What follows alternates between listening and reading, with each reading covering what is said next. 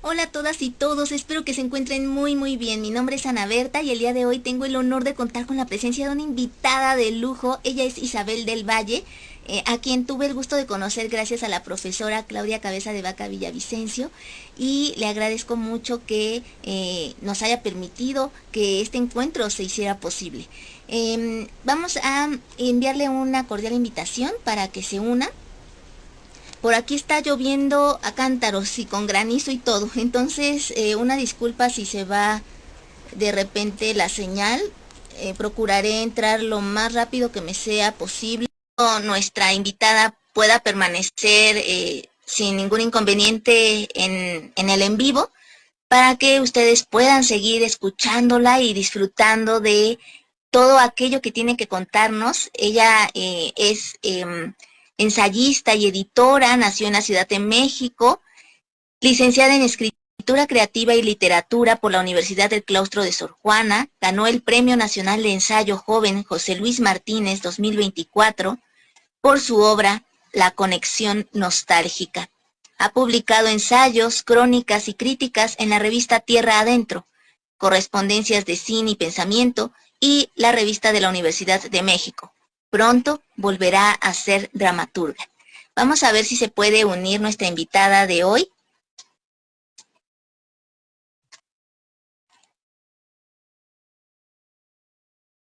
para que nos pueda seguir hablando de todo lo que ha creado. Me comenta que no puedes unirte.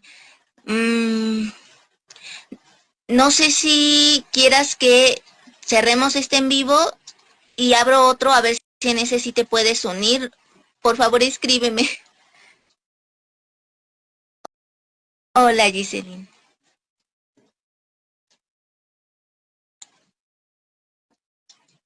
Vamos a ver si sí se puede unir nuestra invitada. Hola, oveja negra, Book. Bueno, como les decía, pueden encontrar a Isabel del Valle en Tierra Adentro, Correspondencias de Cine y Pensamiento, y en la revista de la Universidad de México. Allí van a encontrar toda su obra, bueno, parte de ella, y además ver ese estilo muy trabajado y que sin duda alguna muestra esa excelencia que siempre exigen en el claustro de Sor Juana.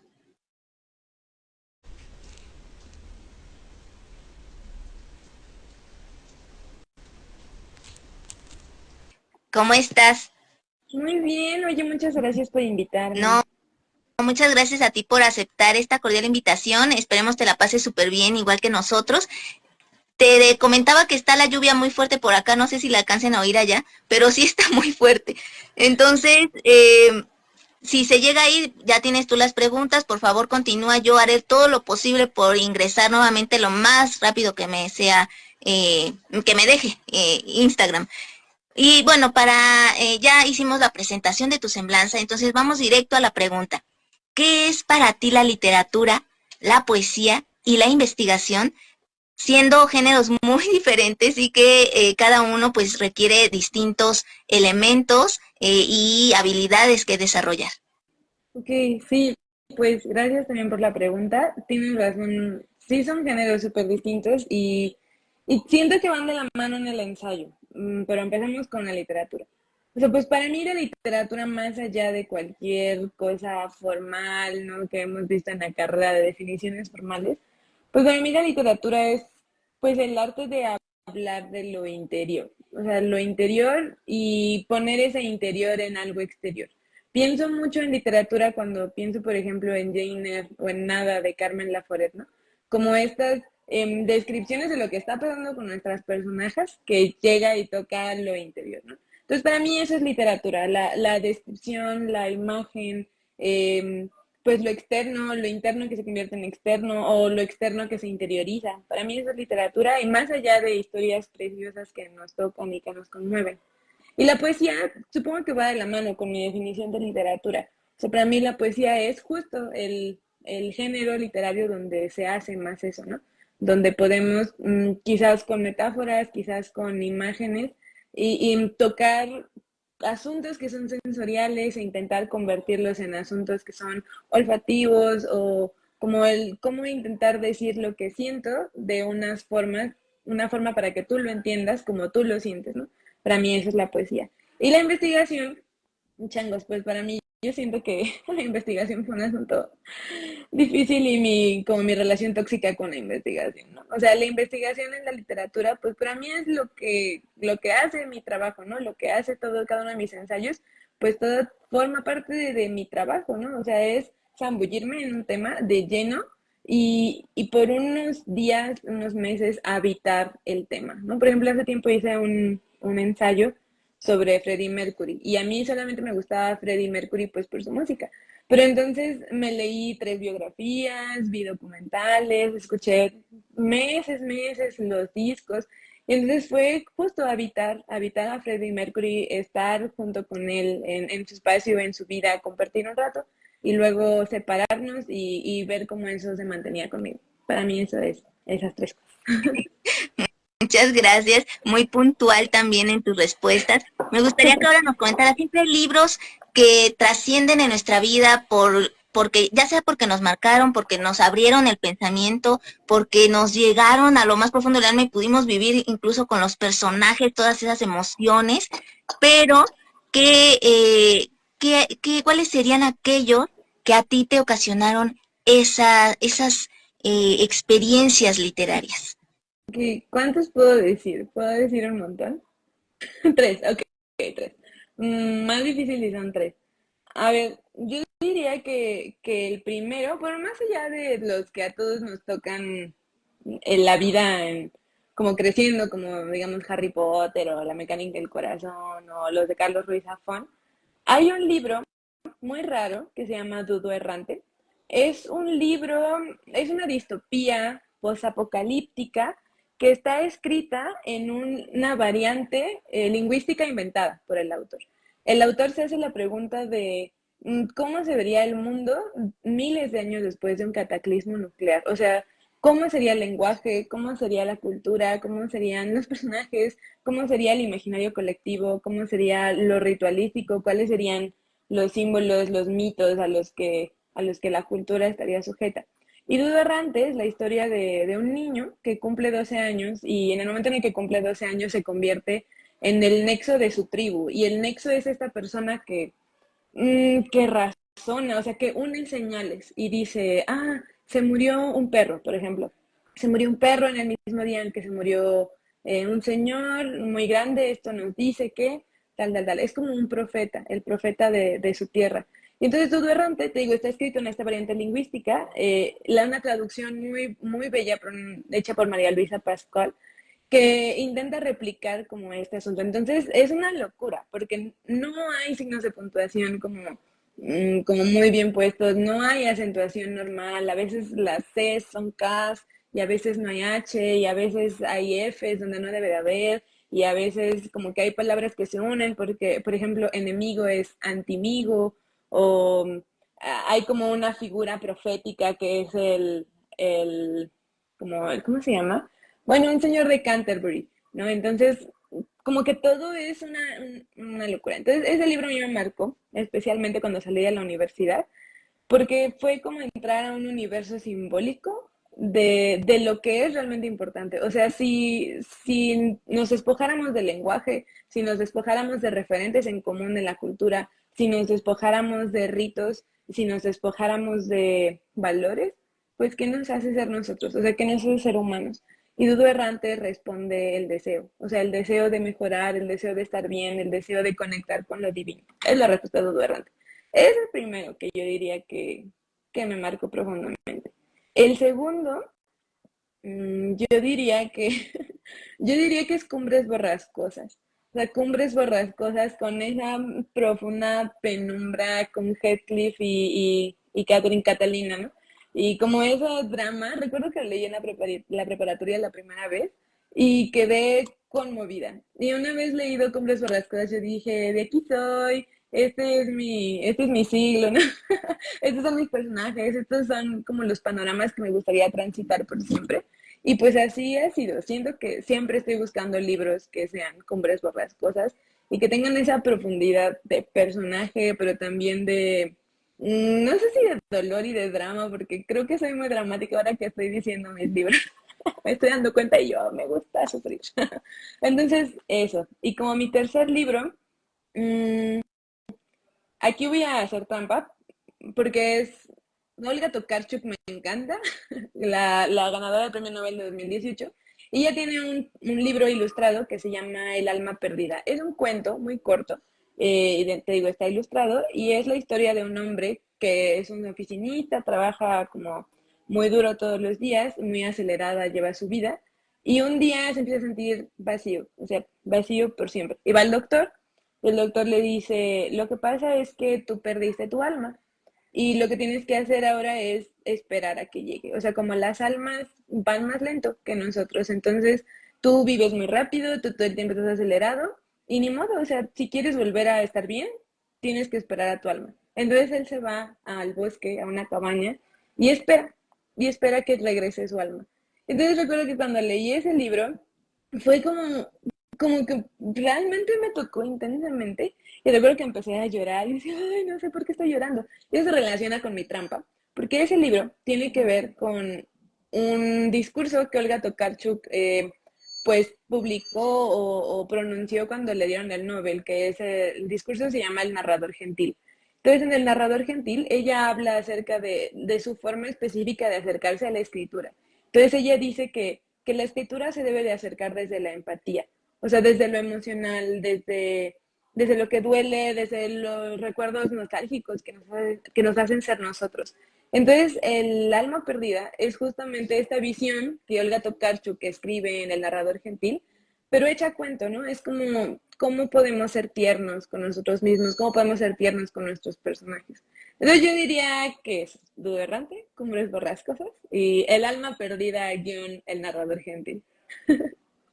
Ya te están dejando comentarios. Silvia Hola, Salgado, hola. escritora de Argentina, saludos. Y Hola. también el gran maestro, literal, Fernando Montoya, hablando con todo cariño, una talentosa escritora como es Isabel del Valle. Eh, Él también ya nos acompañó en Letras a Contraluz, entonces también les invito a que vean esa tertulia literaria con él, porque fue de lujo, igual que esta. Eh, Saludos, saludos. Aquí, bueno, la siguiente pregunta tiene que ver con qué abordaste en tu tesis y cuál es el principal planteamiento que hay en ella. Y por último, ¿qué representa para ti el que publiquen tu trabajo de investigación? Ok, pues, ay, muchas emociones nuevamente. Pues a ver, mi tesis fue una obra de ensayo literario, como para poner en contexto a las personas que nos acompañan. Fue la primera obra de ensayo literario del claustro con el que pues alguien se tituló. Em, y lo que me llevó a ella fue que llegó un momento en mi vida en el que yo dejé de poder escribir. En mi semblanza dice, como algún día volverá a ser dramaturga, ¿no? Yo en el claustro me había formado como dramaturga en el taller de Luis Eduardo G. Para quien no lo sabe, el claustro, la escritura es la carrera de escritura creativa y literatura del claustro. Pues tiene como una formación en donde el primer año son como, tienes talleres de creatividad, y también el primer año y medio más o menos, ¿no? Y te dan como un pasaje por todas las áreas de creación y luego tú escoges en dónde te quedas. Y entonces yo escogí dramaturgia y empecé a escribir dramaturgia y que el diálogo y que los personajes y que no sé qué. Y cuando salí de la universidad falleció mi hermana, mi media hermana mayor. Entonces falleció y de pronto ya no podía escribir dramaturgia. Nada. O sea, y yo me sentaba frente a la hoja en blanco y decía, pero ¿por qué no? O sea, como toda la carrera escribiendo esto, tenía un monólogo que no he terminado y no podía, y no podía, y no podía. Y entonces, cuando estaba pensando de qué hacer la tesis, pues intenté hacerla de Todo Errante, no salía. Intenté hacerla de Junji Ito y su adaptación de Indigno de Ser Humano de Osamu Dazai, no me salió. La intenté, gracias. Entonces yo iba y se tendrán, gracias.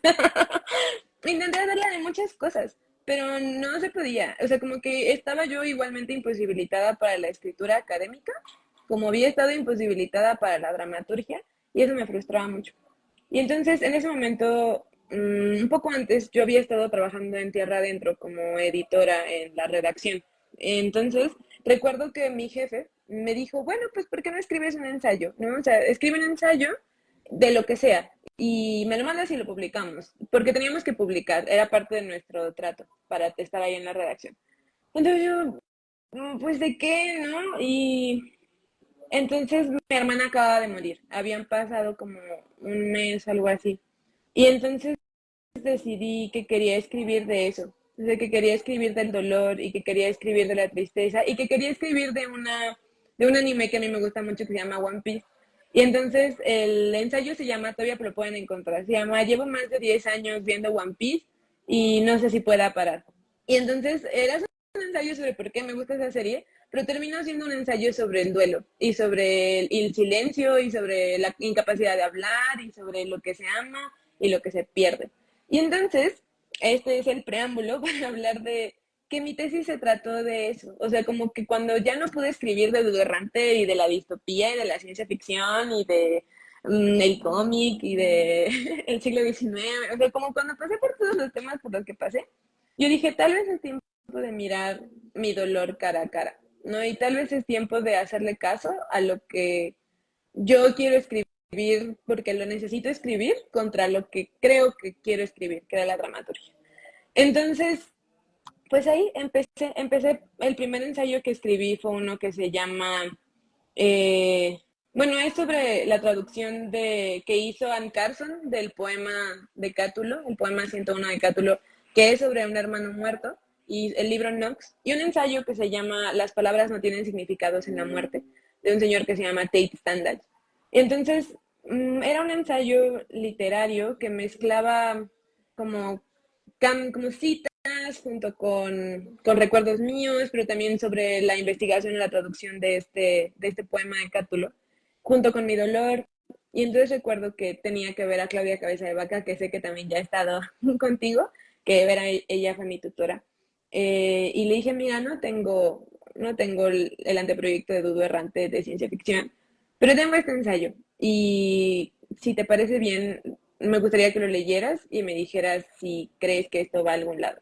Y lo leyó y lloramos, y estaba así, muerta, llena de lágrimas, y me dijo que sí, que ella creía que eso iba para algún lado. Y no sabía yo muy bien por dónde empezar ni cuál iba a ser la pauta de los ensayos, pero me di cuenta que quería escribir sobre mi dolor.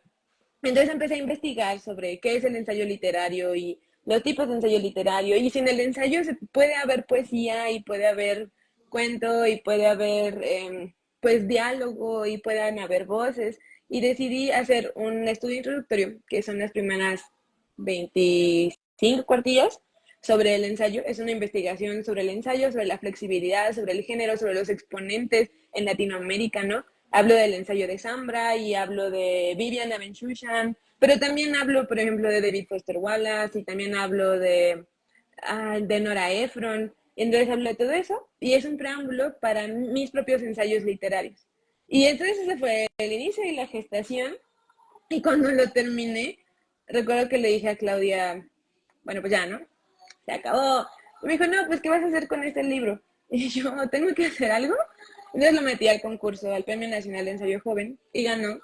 Entonces cuando ganó y subsecuentemente vendrá la publicación, fue como una reivindicación, no solo del dolor, o sea, no solo del duelo, no solo del trabajo duro, sino de que sí puedo escribir, o sea, como de decir, siento que recuperé mi voz, ¿no? Porque fue todo el proceso de reencontrar. Y yo recuerdo mucho ese ensayo que decía al principio de Knox de las palabras no tienen significados en la muerte, porque es un ensayo donde dice que Cátulo, de hecho, se basa en partes de otras obras famosas de la época, en la Odisea, en la Ilíada, para escribir ese poema. Entonces es un poema como Frankenstein, donde él toma las palabras de otras personas para describir su dolor. Y luego Knox, para quien lo haya leído, de Anne Carson, que es sobre la muerte del hermano de Anne Carson, y la traducción de ella del poema de Cátulo, es justo ella toma las palabras de Cátulo para describir su dolor. Y entonces yo me di cuenta que por medio de ese ensayo y toda mi colección de ensayos, yo tomo las palabras de las otras personas para expresar mi dolor. Entonces fue la reivindicación de que tengo una voz de que puedo ayudarme de las voces de los otros para hablar y de que, sí, fue como decir, aquí estoy y volví. Extraordinario, Isa, y gracias por la confianza, por compartirnos ese momento tan difícil. Lamentamos tu pérdida y bueno, pues de cierta manera ese ensayo que hiciste y ese premio que ganaste es un homenaje también a tu media hermana. Entonces, algo muy, muy bello que la vida te regaló el poder trasladar eso que estabas sintiendo a través de la palabra y que allí viviera también tu media hermana. Me gustaría leerte uno de los comentarios, de tus comentarios, porque son para ti. Dice Maggie Stardust, mientras yo viva, Isa tendrá una fan, corazoncito. Muchos corazones, te ponen también varias estrellitas. Y bueno, la siguiente pregunta es, ¿siempre hay algo que nos motiva a tomar un camino determinado, a seguir nuestros pasos y decir, sí, sí es aquí, sí elegí lo que mi alma me estaba solicitando, lo que a mi corazón hacía vibrar? Y entonces me gustaría que nos contaras un poco esa historia, previo a lo que ya nos has contado, de qué fue lo que en un principio te motivó a estudiar escritura creativa y literatura en la Universidad del Claustro de Sor Juana. Y, o sea, ¿por qué en la Universidad del Claustro de Sor Juana y por qué escritura creativa y literatura? Sabiendo que a veces las artes, las letras, no es un camino nada sencillo y tienes que estar picando piedra. Entonces, en ese sentido, ¿cómo fue que llegaste a ese descubrimiento de tu verdadera vocación? Wow, pues sí fue largo, tienen como 3 horas. Pues yo primero estaba estudiando biología en la UNAM. Yo estudié en la prepa 5 de la UNAM y pues obviamente en la prepa 5 los que hayan ido a las prepas de la UNAM o similares saben que llega un tiempo en el que tienes que escoger área, ¿no? Entonces, como que yo toda mi vida había sido una ávida lectora, estaba en el taller de teatro, ¿no? O sea, como que hacía muchas cosas y cuando llegó el momento de escoger área, yo escogí área 2 y dije, yo quiero ser bióloga, ¿no? Entonces, como que todos se sorprendían muchísimo. Dijeron, bióloga, pero ¿por qué? No sé, tú siempre estás leyendo. Y yo sí siento que yo sentí el llamado de la jungla. O sea, como que, además fue súper chistoso. Estaba viendo yo un día Pocahontas y estaba yo llorando con la canción de Colores en el Viento. Y dije, yo quiero ser bióloga. Entonces me metí a biología, ¿no? Y entonces esa fue, yo creo que mi primera pasión. Entonces hice 2 años y medio de la carrera y en una práctica de campo me caí en un hoyo y luego se me dobló el tobillo para un lado. Y luego seguí caminando y me caí en otro hoyo y se me dobló el tobillo para el otro lado. Y me dolía mucho y tuve que caminar 13 kilómetros pues porque estábamos en la montaña, ¿no? Y entonces me dolió muchísimo y eso me ocasionó una lesión en el tobillo que todavía no se ha solucionado, ¿no? Y entonces fue un momento como de duelo, de decir, esto es lo que quiero. O sea, yo quiero ser bióloga y yo quiero ser bióloga de campo. Y yo quiero estar aquí con los animales y en el bosque y la colecta y los honguitos, ¿no? Pero de pronto es como si la biología me dijera no. Y yo lo sentía así, o sea, porque de por sí yo era muy lenta en las prácticas de campo. Siempre me caía, me tropezaba, eh, iba más lento que todos los demás. Pero sí, yo sentía que la biología me decía, no, hermana, y recuerdo que fui a una conferencia donde alguien decía, oiga, ¿y si yo tengo como otro amor además de la biología? Entonces recuerdo que el biólogo dijo, pues yo te propongo que tú sigas ese otro amor, porque la biología es muy celosa y la biología quiere que uno esté ahí metido 100%, ¿no? Ya tengo otros amigos biólogos que están haciendo biología y otras cosas que dirán que eso no es cierto. Pero yo creo que en ese momento en el que estaba yo en tanto dolor y que no podía ir al campo y que estaba triste, me empecé a deprimir muchísimo y mis calificaciones empezaron a bajar. Y recuerdo que hablé con mi mamá y le dije, yo creo que debería yo tomar un espacio de la biología, ¿no? Y me dijo, pues sí, pero pues ¿qué vas a hacer? Te vas a morir de hambre, como todo un montón de años aprendiendo cálculo y química para ya de pronto dejarlo y qué vas a hacer. Y dije, pues yo no sé qué quiero hacer. Y entonces me tomé una pausa. Tenía unos tíos que se iban a ir de viaje a Cancún, pero así por carretera. Y yo me les uní y dije, pues yo me voy, ¿no? Dije, voy a encontrarme en la carretera a Cancún, ¿no? Entonces recuerdo que fueron dos días, ¿no? De viaje en el que yo veía pasar pues los árboles y cuando llegamos más hacia Cancún, pues los manglares. Y decía, pues ahora hay que encontrar otra cosa que nos llame. Y yo siempre había querido escribir y siempre también me había negado a mí misma a escribir. Era como un decir, no, no, no, porque no voy a vivir de esto, porque mis papás no quieren, porque está difícil, porque no conozco a nadie que viva de la escritura, porque siquiera cómo se vería eso, ¿no? Y en ese viaje recuerdo que yo volví y fue como una revelación de decir, yo quiero hacer lo que yo quiero hacer, ¿no? O sea, como la vida es mía, es mi vida, la vida es corta como para decir, me voy a preocupar por esto, por lo otro. Y entonces dije, ok, yo quiero escribir, ¿no? Estoy harto de la biología, me duele mucho el pie, ¿no? Yo quiero escribir y quiero leer y quiero que mi vida sea eso, que me gusta muchísimo. Y si no puede ser esto y está en el bosque y en la jungla todo el rato y en la playa, pues entonces yo quiero que sea lo otro que también amo. Y entonces me puse a buscar carreras y encontré el claustro. Y justo esta parte de escritura creativa y literatura me llamó mucho la atención, pues porque yo había dicho, pues si no es aquí, me iré a filosofía y letras. Pero no, a ver, el claustro como que tenía un asunto muy de disciplina, muy de los talleres. Y entonces recuerdo que fui pues a una clase de muestra y fue un clic instantáneo, fue como un descanso, incluso de mi corazón, en donde en biología yo siempre me había sentido un poco como en lucha, o sea, como decía, esto me gusta mucho y siento que puedo pertenecer aquí, pero también siento que me gusta leer y que me gusta escribir y que si me quedo aquí nunca lo voy a hacer. Y cuando llegué a literatura, en primer lugar, mis calificaciones mejoraron muchísimo y en segundo lugar, me sentí en paz, o sea, por primera vez. Y no solo tenía que ver con el dolor del pie, sino que sentía que había encontrado mi lugar.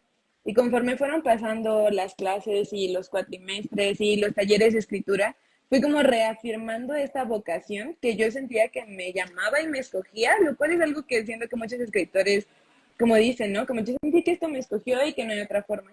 Y ahora en este momento sí siento que ha sido un decidir constante por la literatura. Recuerdo que cuando salí de la universidad fue un momento difícil donde varios de mis compañeros, pues como que sí querían vivir de la literatura, pero al mismo tiempo no había mucho trabajo, ¿no? Y algunos han terminado haciendo cosas adyacentes a la literatura, pero yo sí dije, no, yo quiero hacer literatura, yo quiero escribir, y yo quiero dar clases, y yo quiero dar talleres. Entonces, por mucho tiempo tuve un taller en una casa de rehabilitación de adicciones, así de literatura, y era lo único que encontraba de trabajo, ¿no? Y además era voluntario, entonces ni me pagaban. Pero yo como que siempre quise estar como alrededor de la literatura porque sabía lo que era no estar ahí, o sea, sabía lo que era sentirse perdida literalmente en el bosque y triste y no satisfecha. Entonces yo creo que así empezó, fue el llamado de la jungla parte 2.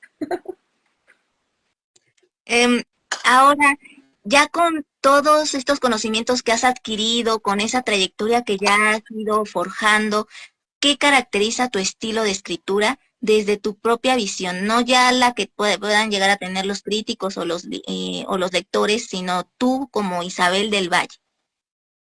Pues creo que soy muy emocional. O sea, sí creo que hablo muy desde el yo y desde como, obviamente, a ver, escribo en su mayoría ensayo, también escribo cuento y dramaturgia estoy intentando regresar, pero yo soy mucho del hilo de conciencia, del stream of consciousness, de platicar con autores, de sentir que de hecho puedo platicar con autores, ¿no? No nada más de decir, ay, García Márquez dice tal, sino que algo que hago mucho en mis ensayos y que sacaba de quicio a Claudia, mi tutora, era que en lugar de poner la cita, pues ponía la cita en otra tipografía, porque yo decía, pues es que siento que aquí nos está hablando, o sea, ¿qué está hablando? Y que la tipografía es la cadencia de la voz, ¿no? Y que los espacios, el interlineado, justo forman parte de la personalidad de la voz de este autor, ¿no? Entonces yo, en primer lugar, creo que soy una escritora muy dialéctica. Yo creo que esto viene de la dramaturgia. O sea, me gusta platicar, como ahorita. Me gusta platicar, pero también me gusta mucho la descripción. O sea, me gusta mucho las escenas, aunque sea en ensayos, poner la escena, que todo nos pueda llevar a imaginar contarnos algo, ¿no? Porque creo que eso para mí fue muy importante en la literatura y es algo que me gusta replicar. Y creo que también mucho de mi estilo tiene que ver con esto de Olga Tokarczuk, o sea, con la ternura. Yo sí voy constantemente a mis recuerdos de infancia, a mi familia, a estos recuerdos que, o sea, a ver, sí son de infancia, pero no, pero que todos tenemos que son comunes, como por ejemplo que vas en el metro y ves por la ventana y es de noche y ves como las casas de otras personas y te preguntas, ay, ¿cómo será su vida, no? Como estas cosas que uno hace toda la vida, estos espacios muertos, los espacios de aburrimiento, los espacios de ir a la tienda con alguien que amas y de pronto tomarlo de la mano y solo estar y existir un ratito, o caminar y ver un árbol muy bonito. O sea, yo siento que esos son momentos que a mí me gusta mucho retomar o recordar porque son momentos que a mí me calientan el corazoncito. Y yo procuro que mis ensayos sean como un caldito de pollo para el alma, como es el libro que me leían de niña. Eso me encanta. Por otro lado, sí siento que mi estilo es rápido, o sea, como que me gustan las frases cortas. Y este es un problema que tuve, me acuerdo una vez con un editor, y le escribí un cuento y todo eran frases cortas, así corto, corto, corto. Y decía, no puedo, me estresas, no, me da mucha ansiedad. Y yo, es que el cuento es de ansiedad, y no puedo, no. Entonces, así, como que me gusta lo sencillo. Siento que no puedo hacer tantas frases como parentéticas o incluso en la misma descripción, me gusta lo sencillo. Y esto la verdad es que sí lo tomo de Juan Rulfo y su Pedro Páramo, ¿no? O sea, como estas descripciones que son certeras y que van a lo directo, pero que yo procuro que sean bonitas. Ya, si son bonitas, ya me lo dirán los lectores. Y también procuro, en mi estilo mismo, ir a las cosas que a mí me dan nostalgia y justo que me calientan el corazón. Entonces yo escribo de videojuegos, por ejemplo, yo escribo de música, escribo de películas, escribo de anime y escribo de los escritores que me encantan, o sea, de la Dickinson, de las Bronte, me gusta Charles Dickens, entonces es como lo clásico y lo moderno y lo familiar y lo nostálgico y estos momentos de calma, lo pequeño, ¿no? Como hay un libro que se llama El Dios de las Pequeñas Cosas, que es una alabanza a lo pequeño. Entonces yo siempre pienso mucho en esa frase cuando escribo, ¿no? Como la alabanza de lo pequeño, la alabanza de los momentos aburridos, la alabanza de los momentos que parece que no van a tener sentido después, pero que se quedan con nosotros porque son hermosos por efímeros. Yo creo que ese es mi estilo. Por aquí dice Juan J. Poesía de España, la vida secreta que cobija la vida de cualquiera de nosotros. Y Samuel Santillana, Wow. por supuesto, otro gran maestro del claustro. Sí, Hola. son bonitas todo lo que fuiste expresando, de One Piece, Ang 01 Avilés, no, eso es otra. No, no hay problema. Lo importante es que nos está haciendo ahorita y si no, también queda para verlo en diferido y disfrutar de nuestra maravillosa entrevistada de hoy. Eh, ya para ir casi concluyendo, Isabel, recomendaciones que podrías darnos para mejorar la escritura y el proceso de investigación. Yo sé que son polos opuestos, pero primero las de la escritura y luego las del proceso de investigación. Ok. Las de la escritura, mm, creo que también voy a ser muy puntual en esto, es lo que a mí me ayudó. De la escritura yo creo que lo mejor es aprender por medio del diálogo con otros autores. Es decir, talleres, talleres, talleres, talleres, talleres. El taller es lo mejor, porque si no, yo creo que como escritores solemos ser muy autocomplacientes. O sea, nosotros sabemos lo que quizás no está funcionando tanto en nuestro texto, pero nos gusta. Pues nos gusta porque la frase está preciosa y decimos, bueno, nadie se va a dar cuenta. Y posiblemente nadie se dé cuenta, ¿no? Pero un buen amigo, un buen lector, un buen editor fácilmente te va a decir, hermana, no, o sea, sí está precioso, pero lo puedes poner en otro lado, ¿no? Y tú, no, mi frase bonita. Entonces yo creo que en primer lugar eso, a ver, talleres, el diálogo con otros autores y otros escritores. Dos, hacerle caso al editor. Si no tienen todavía editor, lo cual es comprensible, pues porque a veces también es difícil, o incluso cuando uno publica, los editores no siempre dan retroalimentación, pues sí, justo buscar amigos que hagan la función del editor. O sea, que sean sinceros y te digan lo que de verdad no tiene sentido en tu texto. Yo creo que eso es como de retroalimentación. También creo que ayuda mucho al empezar a escribir un género nuevo, leer mucho. A ver, pues, ¿qué? ¿El ensayo qué es? Pues voy a leer libros de ensayo, ¿no? y leo a Adrián Chávez, leo a Zambra, leo a Valeria Luiselli, ¿no? O sea, leo. Y entonces lo que yo hacía era que iba armando como una escaleta y decía, la introducción es así. Eso yo lo hice mucho al editar. Como editaba ensayo, aprendía lo que funcionaba en el ensayo. Edité mucho no está por aquí, a Nico Ruiz, y me encantaba editar sus ensayos porque como que yo decía, puedo robarme cómo hacer la introducción. Y entonces como que decía, él siempre empieza con una imagen. Ok, una imagen es un buen gancho para empezar, ¿no? Entonces, como leer nuestros escritores favoritos, ¿qué hacen bien? ¿Qué puedo yo replicar? O sea, porque no es copia, porque no se va a copiar textualmente lo que dice el escritor, solamente como la forma de introducir, ¿no? ¿Cómo introduce esto? A ver, si habla más de dos temas, ¿cómo lo hace? Paso uno, paso dos, paso tres. Eso, y yo creo que también ayuda mucho leer a nuestros contemporáneos. Yo creo que muchas veces como escritores también y como lectores nos quedamos atorados en el siglo que nos gusta, ¿no? Por ejemplo, a mí me gusta mucho pues el victoriano, ¿no? Y a mí de Drácula y de las Bronte y de Frankenstein no me sacan, hermanos, no me sacarían nunca. O sea, pero también creo que ya es un momento de escritura que ya no se está dando tanto, ¿no? Entonces, un poco pese a mí mismo, esto suena feo. No, también me gusta leer a mis contemporáneos, pero la verdad es que yo prefiero leer a los muertos, ¿no? Entonces, es eso, a ver, y vamos a leer a nuestros contemporáneos, vamos a ver qué se está haciendo en la escritura, justo para ver cómo está sucediendo, llenarme, enriquecer mi visión de escritora. Eso era uno. ¿Y qué era el otro de lectora? ¿Cómo? Del proceso de investigación Ay, para hacer la perdón. tesis, Y yo, por ejemplo, los que ya están ahorita en ese sufrimiento y pasión al mismo tiempo, ¿qué pueden hacer? ¿Qué estrategias proceso de pueden tener? investigación. Ok, yo siento que la escritura, por ejemplo, de artículos, hagamos esto primero, la escritura de artículos, creo que funciona muy bien, pues buscar otros artículos, ¿no? Que sean de lo mismo. Entonces, por ejemplo, yo de Freddie Mercury, pues me vi el documental, y en el documental hablan de que tal persona de su vida escribió una biografía, y tal otra persona escribió otra biografía. Y entonces busqué las biografías, ¿no? Y me las leí. Y entonces, eso, ¿no? Ir como haciendo justo tu marco, ¿no? Ay, pues, si va a ser de una persona, a ver, voy a leer biografías, voy a leer artículos, voy a ver documentales, ¿no? Y buscar fuentes, buscar otras perspectivas. Y yo creo que para la tesis también es un consejo que creo que funciona muy bien. A ver, pues busco tesis relacionadas. Y si no existe nada que tenga que ver con mi tesis, que luego sucede, que también me pasó a mí con esto del ensayo, pues voy preguntando. Siempre hay especialistas que saben muchísimo por ejemplo, yo le decía a Claudia, oye, ¿y quién es el mayor exponente del ensayo del siglo XX? Me decía, pues tal. Y yo, ok, lo voy a leer. Oye, ¿y contemporáneos? Y me decía, pues Zambra. Y yo, ok, Zambra. O Villoro. Y yo, ok, Villoro.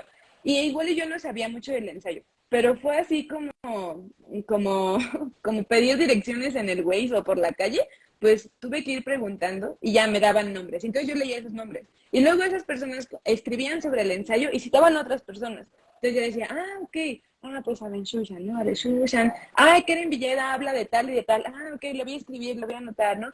O tenía amigos que escribían ensayo y entonces les preguntaba, oye, ¿a ti qué ensayista te gusta? Pues que Cristina Soto Van der Plas. Ok, la leo. Entonces ya, leer mucho, leer mucho, leer mucho, leer mucho. Yo sí creo que en la investigación para artículos debemos ponernos un alto, porque yo soy la primera culpable que digo, voy a leer 100 libros. No, con 3 es suficiente. Pero para una tesis sí, más, todo lo que uno pueda encontrar. Yo diría que es. Ahora, por aquí preguntan, bueno, aparte de comentar que Freddie Mercury es una leyenda y que también llegaron a leer Mercury and Me, nos preguntan, bueno, te preguntan a ti más bien, ¿el ensayo podría considerarse como literatura artística o solo científica? Ok, justo de eso se trata mi trabajo de investigación que va antes de mi trabajo creativo. El ensayo son ambas cosas. En lo que yo escribo en mi trabajo de investigación es que el ensayo por mucho tiempo se ha visto como el género de las tareas, ¿no? O sea, te dejan una tarea en la universidad, ensayo de investigación de tal. O el género de las revistas, los artículos, ¿no? Pues un ensayo sobre Pokémon, que también tengo uno, véanlo, léanlo. ensayo sobre Pokémon, o ensayo sobre Juego de Tronos, o a tal persona es, no sé, el político de tendencia, vamos a hacerle un ensayo sobre su trayectoria, ¿no? Entonces, el ensayo se ve como eso, es de investigación, pues empezamos, hay un inicio, hay una tesis que se responde o no, y al final las conclusiones, desarrollo, bla, bla, bla. Pero el ensayo surge con Montaigne como un debraye loquísimo. O sea, Montaigne no llegó y dijo, tengo una tesis que es tal, sino que Montaigne un día se sentó y empezó a hablar sobre las pelucas, ¿no? O los sombreros, o los calzones, o la vida, ¿no? Y Montaigne, yo creo que tal. Entonces, en este inicio del género, el género del ensayo como una exploración personal, es un ensayo, es un género literario, es un género artístico 100%. Y hay una serie de autores, de ensayistas contemporáneos, que son Deborah Toll y John D'Agata, de apóstrofe Ágata. Ellos tienen una idea de ensayo que se llama el ensayo lírico y que dicen el ensayo lírico es el conjunto entre poesía y narración y dramaturgia, ¿no? Y entonces ellos dicen, por ese medio el ensayo no es nada más investigación, o sea que el ensayo es pues lo que yo estoy pensando ahora mismo, pero también la conversación, pero también el poema, todo esto integrado. ¿Por qué? Porque el ensayo es un género híbrido, ya decía Alfonso Reyes, ¿no? El centauro de los géneros. Es decir, híbrido, todo entra en el ensayo. O sea, no es el género aburrido de las tareas y los explainers, sino que es el género de lo posible. Es decir, yo amo algo, por ejemplo, yo les decía a mis alumnos del taller de la casa de rehabilitación, les decía, ¿por qué no escribes algo sobre la cosa que más amas y la persona a la que más amas? Entonces alguien decía, lo que yo más amo en el mundo es tocar la guitarra y la persona a la que más amo en el mundo es a mi abuelo. Les dije, bueno, pues, ¿qué hay en medio? En el medio de esos dos temas está un ensayo. Y entonces escribió sobre su abuelo y la guitarra. Y es un ensayo bellísimo que no se ha publicado en ningún lado, yo lo tengo ahí guardado. O, por ejemplo, escribí hace poco un ensayo que se llama El inicio de la vida en un cuenco de sopa. Y que yo dije, a mí me encanta la sopa. Mi mamá estuvo enferma una temporada muy larga y le hacía yo sopas todos los días.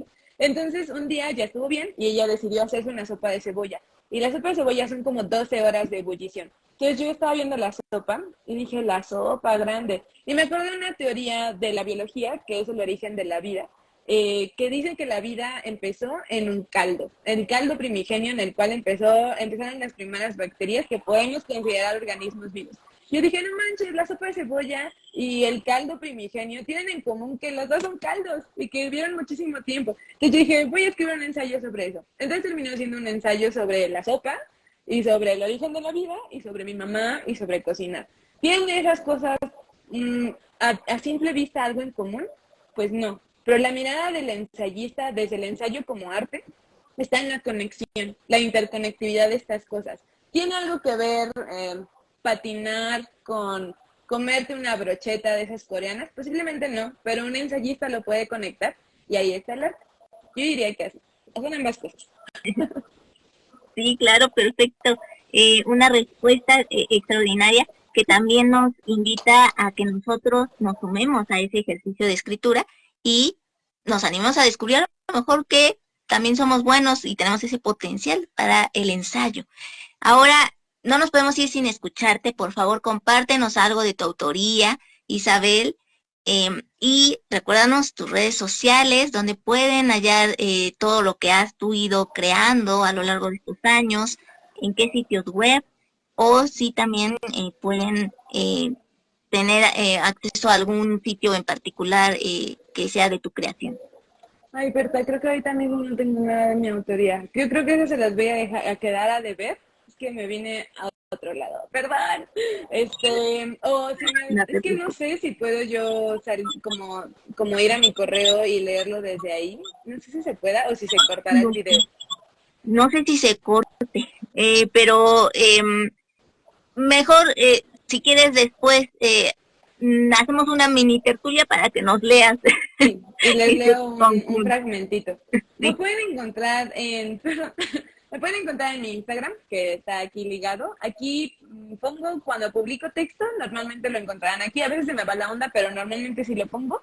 En mi Twitter, bueno, mi ex es el arrendajo azul, me parece, o arrendajo azul, pero ahí dice Isabel del Valle. Y si me buscan como Isabel del Valle, Tierra Adentro, les va a salir mi página de autora de la revista Tierra Adentro, que es donde yo más publico, en donde vienen todos mis ensayos. Ahí tengo ensayo, crónica, entrevista, crítica y cuento. Y cuento fue como las primeras cosas que la tienen que buscar. También lo pueden encontrar en la revista de la universidad, publiqué una reseña hace tiempo, si quieren, y también hice una crítica de cine en la revista Correspondencias de Cine y Pensamiento. Ahí está, pues si le quieren echar un vistazo, pero sobre todo les digo, aquí en mi Instagram, en X, casi no publico, pero cuando publico en una revista sí publico ahí, y en Tierra Adentro, que es donde estoy más normalmente. Y bueno, mi libro sale el próximo año, La Conexión Nostálgica, con el que gané el Premio Nacional. Pues seguiremos al pendiente para, en la medida de lo posible, también apoyarte en la promoción y difusión. Si lo gustas, si gustas, ahí está abierta la puerta para ti. Y bueno, agradecerte todo tu tiempo, tu fina atención, el que hayas querido aceptar esta cordial invitación y agradecerle nuevamente a la profesora Claudia, quien hizo posible también este encuentro, esta entrevista virtual. Un abrazo a cada uno de ustedes que vio esta entrevista en vivo, a quienes lo vean en diferido. Y pues muchísimas gracias también. Y ya saben que cada tertulia literaria, poética, artística, grafológica, grafoscópica y demás, pueden encontrarlas en Letras a Contraluz. Y esta, en cuanto quede lista, te la envío a tu WhatsApp para que también lo tengas una vez que se suba a YouTube. Muchas gracias. Sí, muchas gracias a todos, todas por estar acá. Qué placer estar aquí. Y para contestarle a Samuel, que me preguntó cuál es mi starter de Pokémon, yo me voy a lo seguro y Charizard. Pero muchas gracias por acompañarnos hoy. Y a ti, Berta, por el espacio y la invitación. No, muchas gracias. Y bueno, pues seguimos con más aquí en Letras a Contraluz. No olviden que en unos minutos más vamos a estar en diégesis poética con la poeta boliviana Ada Zapata. Y bueno, nuestra invitada de hoy, muchas gracias. Gracias.